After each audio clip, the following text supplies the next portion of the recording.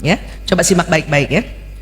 Rupanya dari 0 hari sampai 6 tahun usia, ini pengaruh nasihat yang lebih didengarkan adalah apa kata ayah bunda. Ini di sini sebetulnya ayah bunda nih.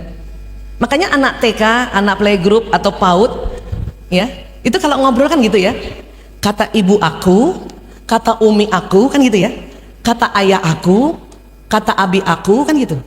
Karena mereka betul-betul menyerap apa yang disarankan, diarahkan, diajarkan oleh orang tuanya atau bapak ibunya. Bahkan mereka di usia-usia ini, mereka ngotot-ngotot tentang kehebatan ayahnya masing-masing. Ayah aku dong tentara, kan gitu ya. Ayah aku kerja di BSI, misalnya gitu. Ayah aku dokter, kan gitu kan. Di sini. Ini sebetulnya masa-masa yang sangat didengar apa nasihat orang tua. Hanya sekarang fenomenanya adalah di masa-masa ini anak-anak, kita pun orang tua sedang sibuk-sibuknya berkarya. Jadi banyak yang miss di sini. Kemudian 7 sampai 12 tahun, apa kata guruku? Makanya mengajarkan anak di usia SD, anak akan jawab apa? Kata guru aku nggak gitu bunda. Kata guru aku, kan gitu ya. Maka di usia ini kita memang sudah perlu bantuan orang lain untuk memberikan nasihat pada anak-anak, untuk memberikan ya arahan pada anak-anak. Nanti juga anaknya bapak ibu guru juga harus dibantu oleh guru yang lain gitu. Di sini. Karena di masa-masa ini mulai orang tua susah tersenyum pada anaknya sendiri, malah lebih gampang tersenyum sama anak orang lain. Betul kan Bu? Di usia-usia ini kan? Saya aja begitu usia-usia ini. Kalau keponakan saya datang, saya langsung, Ibra, bundamu apa kabar? Pas anak saya lewat, lanang. Makanya di usia ini kita perlu titip sama ya pendidik atau orang lain, yaitu bapak ibu guru. Dan bapak ibu guru anaknya pun dititip oleh guru yang lain, kan gitu. Ya ini. Makanya cari sekolah yang gurunya bisa kita ajak kerjasama. Bahkan tips-tips nasihat ini bisa kita titip pada bapak ibu guru, nasihat-nasihat kita ini. Kemudian 13 sampai 20 tahun, apa kata teman? Kata teman aku bunda, nggak kayak gitu. Kata teman aku, maka strateginya adalah ya kenal baik dengan temannya, kenal baik dengan sahabatnya. Saya kalau mau ada nasihat pada anak saya tahu hari ini atau dia berteman dengan siapa, saya harus dekat juga sama teman-temannya. Kadang-kadang punya nomor WA teman-temannya ini untuk titip-titip, sedang di mana nak? Malah saya tanya sama temennya akan balas dengan santun, ya. Sedang di kantin sekolah tante, kan gitu. Anak belum tentu langsung jawab Bu. Makanya harus bersahabat juga kita sama teman anak kita. Sampai sini bisa paham ya? Nanti kebalikannya, ibunya teman anak ini juga akan titip pesan sama anak kita Bu. Begitu caranya. Terus apa lagi? 21 sampai 35, apa kata saya? Apa kata aku? Usia-usia kuliah ini, ibu jangan heran kalau anak-anak bilang apa? Menurut aku bunda, menurut aku, menurut aku, menurut aku, menurut aku. Kita juga tidak usah terlalu cepat panik. Karena inti parenting adalah dengarkan dulu apa yang disampaikan oleh anak-anak tanpa cepat-cepat intervensi nasihat. Dengarkan dulu, walaupun kadang kaki gemetar. Anak saya pernah bilang yang musuh, dia tahu saya ngurus narkoba dan maaf 10 tahun yang terakhir juga ngurus LGBT. Suatu ketika ragil di usianya ini, dia bilang apa? Ibu, LGBT itu hak azazi manusia. Ibu tuh nggak boleh ngobatin orang LGBT. Kaki saya gemetar Pak. Tapi saya tetap dengar. Oh gitu ya nak. Terus dia sampaikan apa sama saya? Karena dia duluan mengakses informasi. Apa dia bilang? Di Australia Bu, kalau ada dokter ngobatin LGBT, dokter itu ditangkap. Oh ya gitu nak? Iya. Terus nak? Dokter hanya boleh mengobati seorang gay yang datang karena stresnya yang diobatin. Untuk mengembalikan orientasi seksualnya ya dari yang homoseksual ke hetero nggak boleh Bu. Oh, Tapi saya dengarnya sambil astagfirullahalazim, astagfirullahalazim. Nggak apa-apa Bu. Ya, respon kita pun dia harus tahu. Tapi tidak buru-buru nasihat. Dan karena tidak buru-buru nasihat, dia malah memberikan banyak informasi pada saya yang saat itu saya belum tahu. Kan anak sekarang anak lebih smart untuk data-data kan? Iya. Saya korek dari dia. Terus nak, kalau ada yang datang, kayak ibu misalnya ada datang lesbian datang, dia depresi, Bu hanya boleh ngobatin depresinya Bu. Oh gitu ya nak. Dia ceritalah ini. Dan terakhirnya, ya, untung saya nggak cepat-cepat nasihat itu, tapi dia bilang, walaupun itu hak azazi Bu, tapi aku tidak setuju. Dalam hati saya, alhamdulillah. Karena mereka pun punya pendapat tentang ini. Maka tidak cepat-cepat kasih nasihat. Kecuali setelah mereka cerita, terus mereka mengatakan, kalau menurut ibu gimana? Barulah kita masukkan. Ya, kesabaran kita untuk tidak cepat-cepat memberi nasihat atau tidak cepat-cepat intervensi, itu yang disenangi anak sekarang. Walaupun saya udah gelisah, kenapa? Sudah mau pergi, dia masih mau ajak ngomong. Itu lagi masalahnya. Kita sering tidak sabar, kita juga banyak urusan. Tapi ini luar biasa. Dan nanti di atas 35 tahun Ibu, Allahu Akbar. Apa kata Allah? Ya, yang penting tadi ini yang 0 sampai 6 tahun sudah masukkan enggak tentang prinsip-prinsip ad-dinul Islam, tentang Allah, bagaimana Allah itu sifat-sifatnya yang maha menyayangi, maha mengasihi, maha memberikan rezeki. Oh, itu harus di sini nih 0 sampai 6 tahun. Tapi kalau 0 sampai 6 tahun fail, ini agak susah nih. Apa kata Allahnya? Akan lebih mundur. Ya. Ibu-ibu pernah muda kan? Pernah juga apa kata teman kan? Iya. Pernah gaya juga kan Bu? Iya. Tapi pas sudah punya anak, rajin taklim juga kan Bu?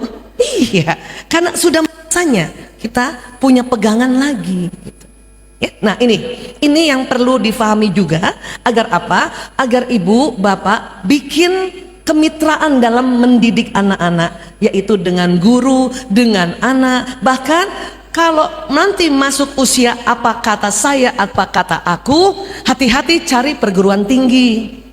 Kalau bapak ibu cari perguruan tinggi atau mengirimkan anak ke perguruan tinggi di luar negeri yang sekuler, jangan heran kalau nanti pertengkaran bapak ibu dalam diskusi itu sekulernya mewarnai apa kata aku. Ya Bu ya? Ya, jadi ini di sini harus paham tentang ini, oke? Nah, kemudian bagaimana strategi efektif? Baik, sekarang tadi kita baru belajar otak manusia. Ada satu lagi yang perlu kita pelajari, karena di dalam kehidupan sistem tubuh Allah menciptakan akal yang ada di otak dan satu lagi kolbu yang ada di jantung. Ya. Ibu bapak kalau saya bilang kolbuku, kira-kira tangannya pegang di mana Bu? Sini ya. Nah, dan itu yang dipegang organnya adalah jantung. Walaupun selama ini kita sudah tahu bahwa jantung sebagai organ pemompa darah seluruh tubuh, membawa makanan, membawa nutrisi, membawa vitamin, membawa mineral, membawa hormon. Tapi ada bagian jantung yang disebut kolbu, dan itu memang baru saja diteliti. Bu Aisyah, kolbu bukan diartikannya hati. Kolbu yang diartikan hati itu karena dulu ya nenek moyang kita mengartikan ayat yang ada kata kolbu atau hadis yang ada kolbunya hati, karena vocabulary anatomi belum mendapat kata jantung, baru mendapat kata hati. Ya, padahal hati secara anatomi di sini. Ibu pernah deg-degan di sini Bu? Ya Allah, aku deg-degan begini? Enggak, bukan di sini. Makanya Imam Al-Ghazali mengatakan kolbu adalah daging yang bersuhu panas, berbentuk kusam, berada di sebelah kiri dada, dan kolbu berongga, dan di dalamnya berisi darah hitam sekali. Organ tubuh yang ada di dada itu satu, paru-paru, tapi paru-paru adanya kanan kiri. Dia berisi udara bukan darah. Kalau gitu selain paru-paru ada organ apa? Ada jantung. Memang jantung posisinya di tengah tetapi cenderung ke kiri. Dia berongga, kusam. Kenapa? Karena ada lemak jantung. Dan di dalamnya darah hitam sekali. Kenapa? Karena memang darah merah tua kalau bercampur di jantung ini berkumpul menjadi hitam. Ya. Kalau hati, lever secara anatomi dia ada di organ abdomen, perut, dan berada posisinya di kanan. Ya, nah ini. Oke. Nah, kalau bahasa Arab hati itu kibdun, kolbu itu jantung. Ya. Nah, jantung manusia ini, Allahu Akbar, itu ukurannya sekepalan tangan masing-masing. Coba ayah bunda bapak ibu kepalkan tangan. Nah sebesar itu jantungnya, taruh di sini. Sebesar itu. Ya. Ibu pernah kalau foto begini gayanya?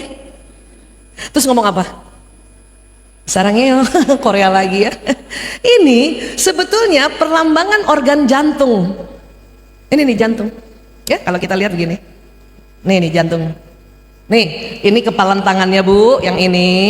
Ya, ini yang jempol, seolah-olah jempol itu, ini yang telunjuk gitu. Ya, jadi boleh nggak ibu kalau foto, boleh begini, tapi nggak usah bilang sarangnya, boleh nggak? My jantung, my kolbu, walaupun agak monyong. Nah sekarang, apakah sakit jantung berarti sakit kolbunya? Tidak. Yang namanya sakit jantung itu paling banyak karena ini pembuluh darah yang di sini. Kan jantung tadi tugasnya memberikan darah ke seluruh tubuh ya bu, tapi jantung itu sendiri perlu darah, perlu makanan. Makanya pembuluh darah yang memberi makan jantung ini namanya arteri koronaria. Karena kecil dan bercabang, ini yang suka tersumbat, ini yang suka sering pakai cincin, sering pakai ring ini. Tapi bukan ini kolbu itu. Bu Aisyah, ada juga katanya ya, dia sakit jantungnya sejak bayi atau sejak kecil. Ini yang di dalamnya, ini setelah dibelah nanti ada katup-katup jantungnya. Ini yang masalah, katupnya tidak tertutup sempurna. Tapi bukan kolbunya sakit. Artinya sepakat dulu bahwa sakit jantung bukan berarti sakit kolbu, ya. Sakit kolbu juga bukan berarti sakit jantung. Sekarang di mana posisinya ini? Di mana? Karena ini tadi dimintanya strategi efektif ya. Oke. Tahun 1991 penelitian Dr. J. Andre Armour dan penelitian berikutnya mengatakan ditemui di jantung manusia di daerah serambi kanan sel otak. Masih ingat bu sel otak? Kalau di otak ada berapa miliar tadi?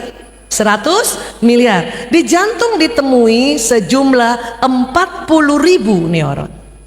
Kalau di otak tadi 100 miliar, di jantung 40.000 neuron. Satu neuron seperti satu komputer kerjanya, maka di jantung juga ada 40.000 komputer. Ya. Dan cara kerjanya juga sama, dia begini. Ya, terjadi sambungan-sambungan. Imam Al-Ghazali sudah duluan ya menemukan tahun 1110. Imam Al-Ghazali mengatakan ada titik kolbu di jantung. Jadi Imam Al-Ghazali mendapat petunjuk dari Allah ya, itu ada kolbu di jantung. Cuman waktu itu terresonansi oleh dia itu bentuknya kecil titik. Nah, tapi sekarang ini setelah ditemukan MRI, CT scan, dia bukan sebesar titik, agak lebih besar lagi. Segini, ini sebesar mata. Pegang dulu matanya. Itu bu. Makanya sebetulnya secara filosofi dari dulu ada istilah apa? Mata kolbu, mata hati, mata nurani, mata batin. Mata batin. Ya bu ya. Nah, yang luar biasanya apa? Imam Al-Ghazali juga mengatakan bahwa titik kolbu di jantung ada suara Tuhan. Ada suara Tuhan. Dan secara saintis, secara ilmu pengetahuan era sekarang, baru tahun 1998 oleh Institute of Hermet yang didirikan oleh Arab Saudi dan UK yang meneliti kolbu, dan mereka mengatakan bahwa ya di dalam kolbu manusia ini ya sejak dalam rahim sudah ada sambungan suara Tuhan dari awalnya, tapi sambungannya itu masih koneksi yang berupa pola atau patron. Itulah makanya mengapa perkuat koneksi neuron itu dengan waktu ibu hamil baca Quran, waktu lahir diazankan oleh ayahnya, dikomatkan oleh ayah. Selain tadi otaknya di sini yang tersambung, suara Tuhan yang sudah ada sambungannya di kolbu itu semakin kuat koneksinya. Dan kemudian anak kita ajarkan lafaz Allah, ya Allah, ya Allah, ya Allah. Itu maka lafaz Allah akan jalan ke sistem saraf, Karena lafaz Allah itu bergetar dan sistem saraf membawa pesan, maka suara Tuhan yang ada di kolbu ini dia akan terakses Bapak Ibu. Ya, Masya Allah. Jadi sekali lagi kalau kita nih, ya, coba kita, nah, ya, Allah, coba Bu, Allah, pegang dadanya, cari sampai bergetar, Allah, Allah, Allah, Allah. Kalau kita, ya, melafazkan Allah, kata Allah ini, Allah, dan belum bergetar, itu harus dibetulkan makhraj tentang Allah ini, Allah, Allah, karena dia harus bergetar supaya suara Tuhan yang ada di kolbu nyala, terakses. Maaf, kalau terlalu tipis melafazkan Allah, maaf, Allah, itu nggak bergetar Bu, Allah, dia bergetarnya di sini, Allah, coba pegang, coba ngomong, Allah, Allah tuh di leher, Allah. Tapi kalau Allah, Allah, yang di dada ya, jantung juga ada di sini, tapi di sini itu bilik. Sementara suara Tuhan itu ada di serambi kanan. Allah, Allah, Allah, Allah, nggak bergetar. Apalagi Allah, nggak bergetar itu. Ya, maka kalimat-kalimat zikrullah itu akan mengakses suara Tuhan. Bacaan Quran kenapa harus benar lafaznya? Walaupun kita sudah bisa baca Quran sekarang, ibu-ibu belajar lagi tahsinnya untuk mahrojnya, supaya apa yang dilafazkan itu nyala. Dan pada saat anak kita sejak kecil, sejak dini kita masukkan ke sekolah Islam, maka insya Allah antara pelajaran di rumah dan di sekolah, kalau sama-sama kita sadar bahwa pentingnya untuk anak-anak kenal Allah sejak dini, sejak kecil, itu akan mengaktifkan suara Tuhan yang ada di kolbunya anak-anak. Saya kalau ditanya strategi efektif apa? Ya lakukan ini.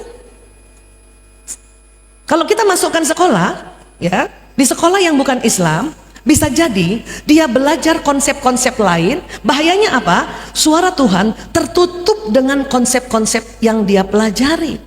Kenapa? Karena sistem koneksi neuron ini terus akan, ya, menyambung-nyambungkan apapun yang dia dengar, apapun yang dia lihat. Makanya suara Tuhan bisa terdorong ke bawah. Itu bahaya, bahaya. Termasuk juga parenting kita, mencubit mereka kah, menghardik mereka, meremehkan mereka, itu terekam juga di jantung mereka. Yang bahayanya suara Tuhan makin tertutupi, makin tertutupi, makin tertutupi.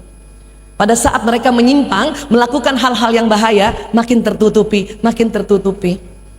Ya, pasien saya yang kena narkoba LGBT itu karena suara Tuhannya tertutup dengan koneksi neuron tentang peristiwa yang mereka alami. Mereka menyimpang, ya, mereka pakai narkoba, makin tertutup Bu, makin tertutup. Makanya ketakutan kita adalah apa? Tertutup kolbu mereka. Sampai sini bisa paham Bu? Jadi dengan kerjasama dengan sekolah, makanya saya sangat bahagia gembira karena sekolah Islam sudah banyak sekarang, alhamdulillah. Kami dulu baru Al-Azhar sama Muhammadiyah di Jakarta.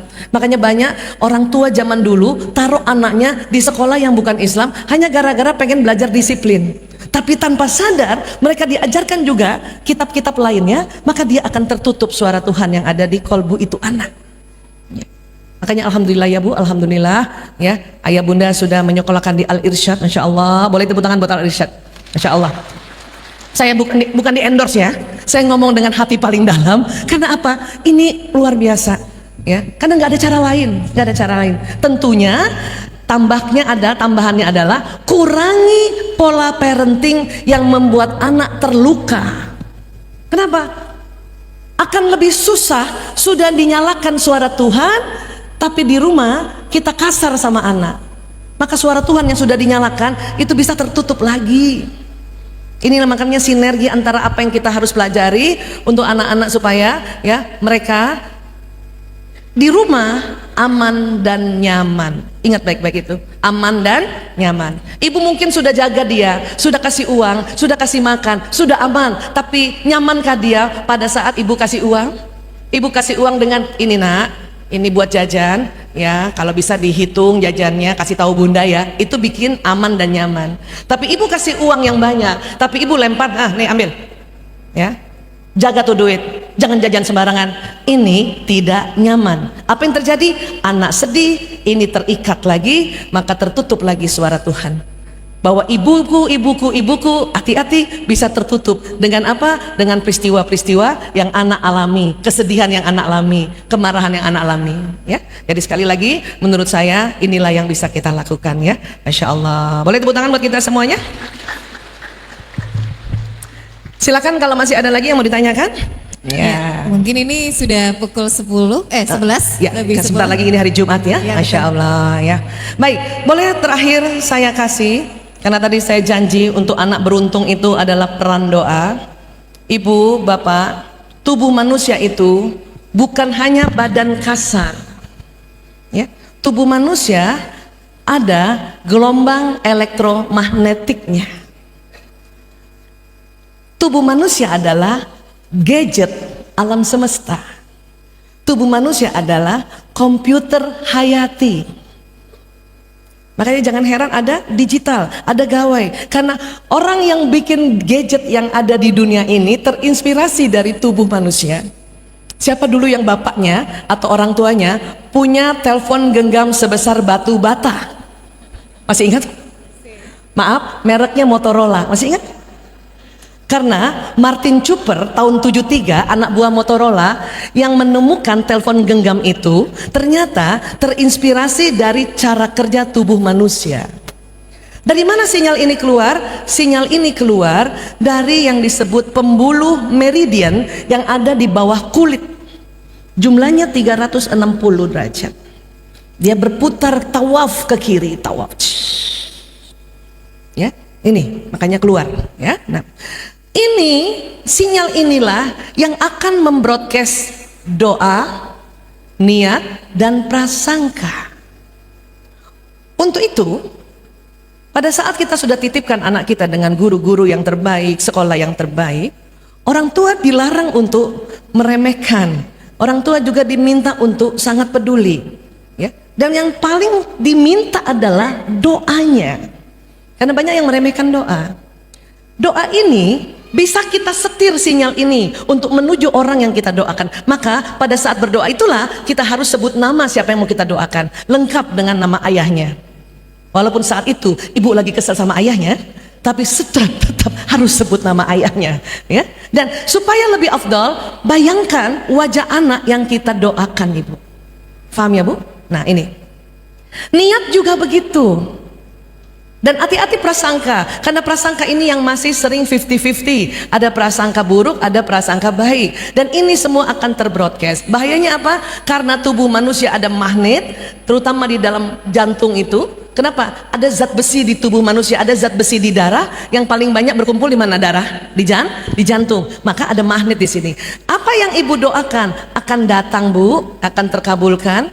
Dan apa yang diniatkan juga akan datang. Dan hati-hati, apa yang diprasangkakan akan datang, ya. Allah berfirman di hadis qudsi, aku mengikuti prasangka hambaku karena Allah sudah bikin sistem ini. Bisa paham ya, Bu? Nah, anak sama ibu sinyalnya satu provider, ibu. Maaf ya, ini bukan di endorse. Kalau ibu XL, anak ibu XL, Bu. Maka doa ibu kepada anak, Allahu Akbar, itu cepat sekali jalannya. Bukan ayat tidak, tapi ibu lebih cepat. Nah, suami istri sinyalnya lama-lama akan selaras walaupun beda provider, ya. Cuman karena setiap hari WA suami kan gitu ya, Bu. Ibu pernah nggak HP ibu satu simpati, satu ya XL, ibu WA setiap hari pasangan ibu telepon, maka quick access nomornya adalah nomor pasangan kita. Sama sinyal juga begitu, ya. Jadi suami istri ini, Bu, ini lama-lama sinyalnya akan selaras. Untuk itu suami bisa doakan istrinya, istri bisa doakan suaminya, ya.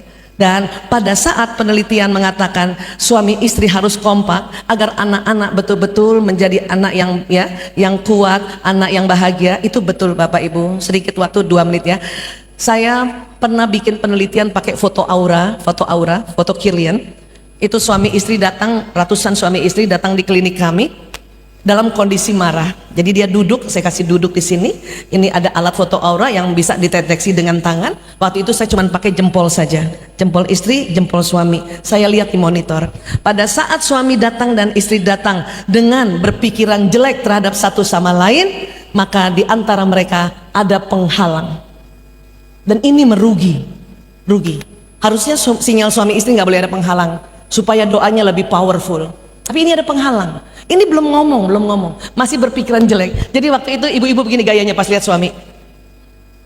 Gitu. Terus suami-suami lihat istrinya. Itu ada penghalang, Pak. Dan kemudian saya minta suami istri ini ngomong, ayo ibu utarakan apa yang ibu nggak suka. Bapak berantemlah mereka. Apa yang terjadi, sinyalnya merah dan menjauh. Ini tambah begini bu, untuk narik rezeki susah. Saya biarin aja. Lama di sini, kadang setengah jam, kadang 1 jam. Terus kalau sudah saya lihat sudah reda marahnya, biasanya saya kasih surat kertas ke suami dengan tulisan, Bapak tolong puji ibu, puji ibu. Karena baru marah kan, bapak-bapak pujinya begini rata-rata. Mama kalau marah tambah cantik. Terus istri-istri begini rata-rata gayanya, apaan sih, gombal gitu Pak.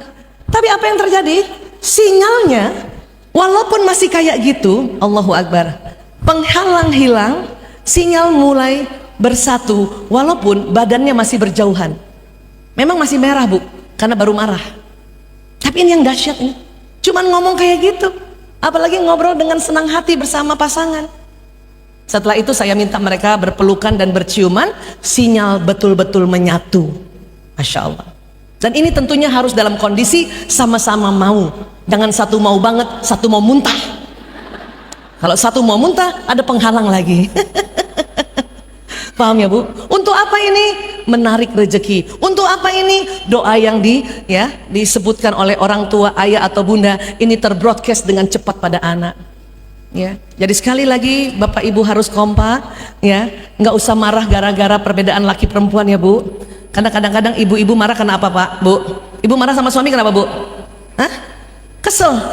Kenapa? Cuek? Enggak bu. Gini, pernah nggak ibu dengar saya cerita di media sosial bahwa laki-laki itu kalau baru datang, termasuk anak laki-laki, 10 menit pertama, apalagi suami-suami ketemu istrinya 10 menit pertama, karena ada hormon testosteron, otot wajahnya kaku bu. Makanya apapun perasaannya, muka bapak akan begini bu.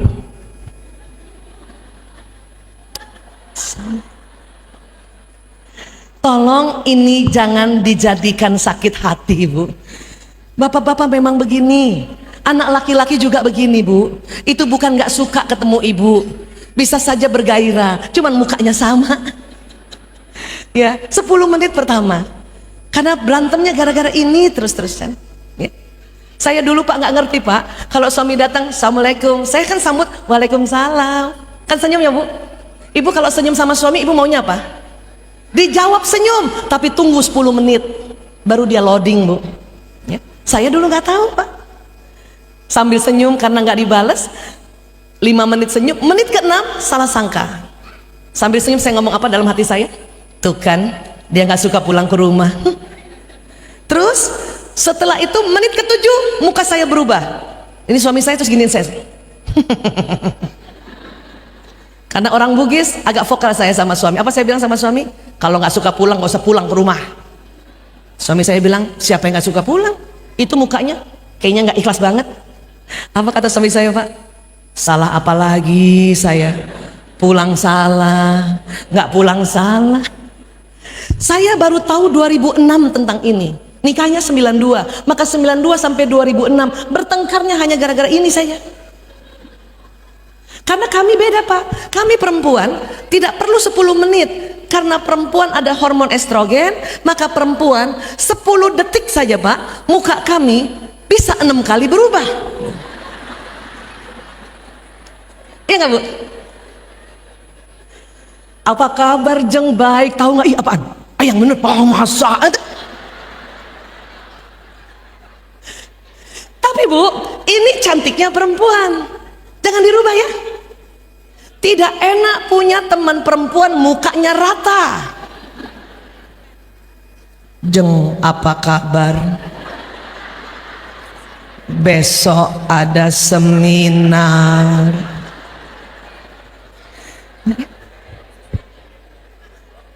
Suami juga pulang ke rumah, walaupun tadi mereka mukanya rata, mereka senang istri yang muka 6 kali berubah bu. Assalamualaikum. Waalaikumsalam.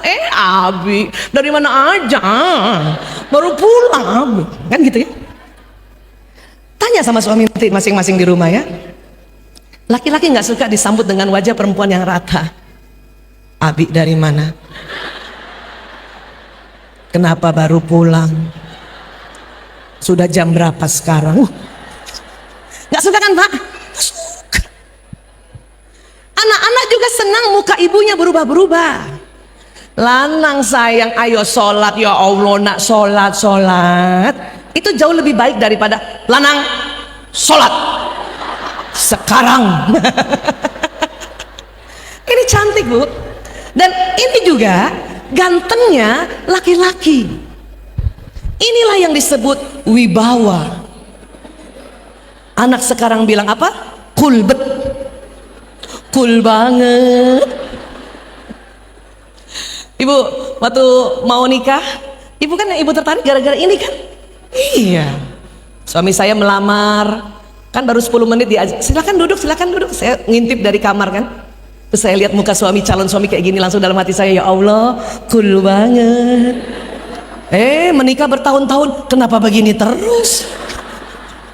Baru 2006 ada ilmunya Bu. Paham ya Bu ya? Terima suami begini Bu. Jangan jadikan sakit hati, oke? Atau ibu mau suaminya seperti kita perempuan, Assalamualaikum. Mau begitu suaminya? Bunda, ayah kangen banget. Mau begitu suaminya? Saya nggak kebayang Pak Wasi begitu. Jadi terima ya Bu, ya, karena memang laki-laki perempuan berbeda. Insya Allah ibu tidak usah sakit hati, supaya kolbunya tadi terus memancarkan suara Tuhan, ya, apa yang Allah mau. Dan sekali lagi saling mendoakanlah Bu. Kalau ibu kesel, istighfar berbanyak, supaya apa? Supaya sinyal ibu dengan suami sama-sama untuk mendoakan anak ya Bu. Bisa ibu doakan anak Bu? Bisa membayangkan wajah anak Bu? Kenapa sih harus dibayangkan? Karena waktu berdoa, ucapan itu baru otak kiri Bu. Pesannya baru jalan tubuh yang kanan. Tubuh kiri belum lagi distimulasi. Tubuh kiri yang atur kanan. Membayangkan itu cara kerja otak kanan. Dan ingat, jantung di kiri Bu. Jadi pada saat ibu mendoakan, ibu sebut namanya yang lengkap, pakai binnya. Bayangkan wajah anak, bisa? Ibu juga kalau doakan suami ibu, bisa Bu doakan suami ibu, sebut namanya lengkap, nama bapaknya juga ya. Iya. Bisa bayangkan wajah suami ibu? Nggak terganti-ganti dengan wajah orang lain? Maksud saya, kalau ibu susah membayangkan, cara kedua adalah lihat foto. Ya Bu ya? Ada foto bapak di HP ibu? Yang nggak ada, mulai nanti malam foto suami. Sekarang bapak ada foto istri di HP bapak? Betul Pak. Saya mau kasih hadiah. Boleh 5 orang bapak maju, coba kasih lihat mana foto istrinya Pak. Ayo siapkan hadiah, 5 hadiah bukul. 5 orang, silakan. Ya, ini ibunya di Pengen sini lihat, kan, ya? ada nggak ibunya? Ada nggak ibunya di sini? Ada nggak wajah istrinya? Dan Masya Allah, 1, 2, 3, 4. Mana, Masya Allah. Wah, sampai dibawa ID card istri. Masya Allah. Wih, alhamdulillah. Mana Pak? Ayo Pak. Mana Pak? Mana? Wawancaranya udah istri ini Pak. Masya Allah. Masya Allah. Pak, mana Pak istrinya Pak? Mana Pak? Wih, wajah sendiri. Masya Allah. Sekarang Bapak perhatikan fotonya istri Pak. Ya foto ya. Ya perhatikan ya. Ya. Coba Bapak doakan ya istri Pak. Begini caranya. Ya sambil lihat foto istri. Ya. Baca salawat Allahumma shalli wa sallim ala sayyidina Muhammad. Ya Allah, sampaikan salam rinduku pada istriku. Sebut namanya yang lengkap Pak istrinya Pak. Masya Allah. Ini Pak, sinyal Bapak ya. Kalau seandainya ibu nggak ada di sini, dia akan tembus sampai ibu. Apalagi ada di sini. Ada istri di sini? Istri Bapak yang ada di kantung ada? Mana angkat tangan. Nah, apa rasanya hatinya ibu? Deg-degan ya? Iya. Terima kasih Bapak, saya kasih hadiah ya. Iya, boleh. Mana hadiahnya? Wow. Hadiah diberikan untuk istri.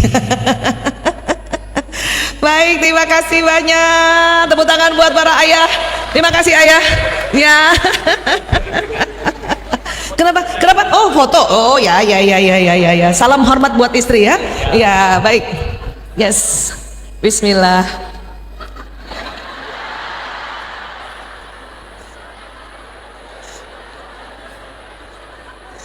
Bapak. Saya kaget, Bapak mana? Mbak.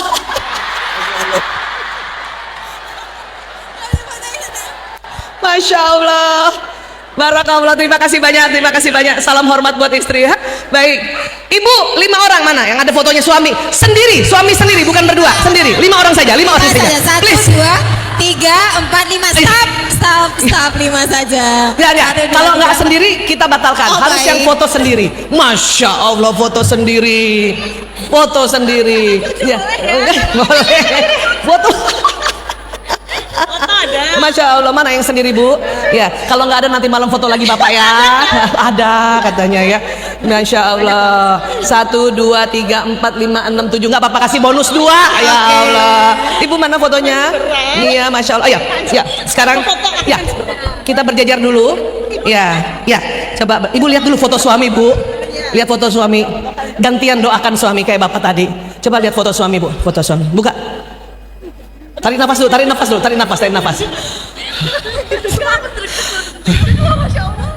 Baca bismillahirrahmanirrahim. Baca salawat lagi Bu. Allahumma sholli wa sallim ala sayyidina Muhammad. Lihat fotonya suami Bu, jangan lihat saya Bu.